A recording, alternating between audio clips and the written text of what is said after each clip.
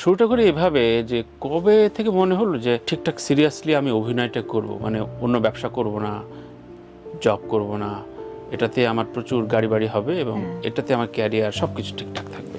ছোটবেলায় ছোট ছোটবেলায় অ্যাক্টরই হইতে চাইছে, আর কোনো মানে আয়না বলে দিছে যে আমি না, নায়িকা হতে। নায়িকা হবো যাই না। আমার যখন অনেক ছোট, হুম তখন আমরা তো 4 বোন, আব্বু আমাকে নাচ শেখাতো, হুম আমার হুম। পরেরটাকে থিয়েটার, ছোটদের থিয়েটার শেখাতো। ও আচ্ছা। ওকে ওর থিয়েটারে ওগুলো আমি কাছ থেকে দেখে আমার খুব তখন মনে হয়েছে যে অ্যাক্টর হওয়া তো অনেক ডাইনামিক ব্যাপার। এরা দেখি কস্টিউম পরে ক্যারেক্টার হয়ে যাচ্ছে, রিহার্সাল করে, বিভিন্ন বয়সের মানুষ এক ক্যারেক্টার থেকে আরেক ক্যারেক্টার শিফট হচ্ছে। সেগুলো খুব মজা লাগলো। তারপর সিনেমা, মিস ওয়ার্ল্ড এসব দেখতাম। দেখতে ওগুলো তখন হয় না, ছোটবেলায় মনে হতো যে আচ্ছা আমিও যদি এরকম বড় বিগ স্ক্রিনে হ্যাঁ, তার মানে লাক্সে মানে সবাই দেখি যে বান্ধবী পূরণ করে দেয়, নয়তো অন্য কেউ। লাক্সেরটা তোরটা তুই। আমারটা আমার খালামণি। তখন অনেক ছোট ছিলাম তো। সো আমাকে আচ্ছা। আমি ওয়েট করছিলাম কবে যাব এরকম একটা হ্যাঁ। ব্যাপার।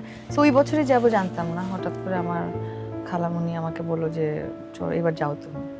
পরে গেলাম, বুঝি না কিছু, কিন্তু সামহাও আমার তখন থেকেই একটা এত সুন্দর সুন্দর মেয়েরা, এত মানুষ, আমি তো একদমই একটা আউটসাইডার না। হুম। ওই সময়ে আমার কেন জানি নার্ভাস হতাম না, আচ্ছা। এবং একটা অদ্ভুত শক্তি বা কনফিডেন্স ছিল যে দিস ইজ মাই প্লেস, মানে এটা আমারই জায়গা।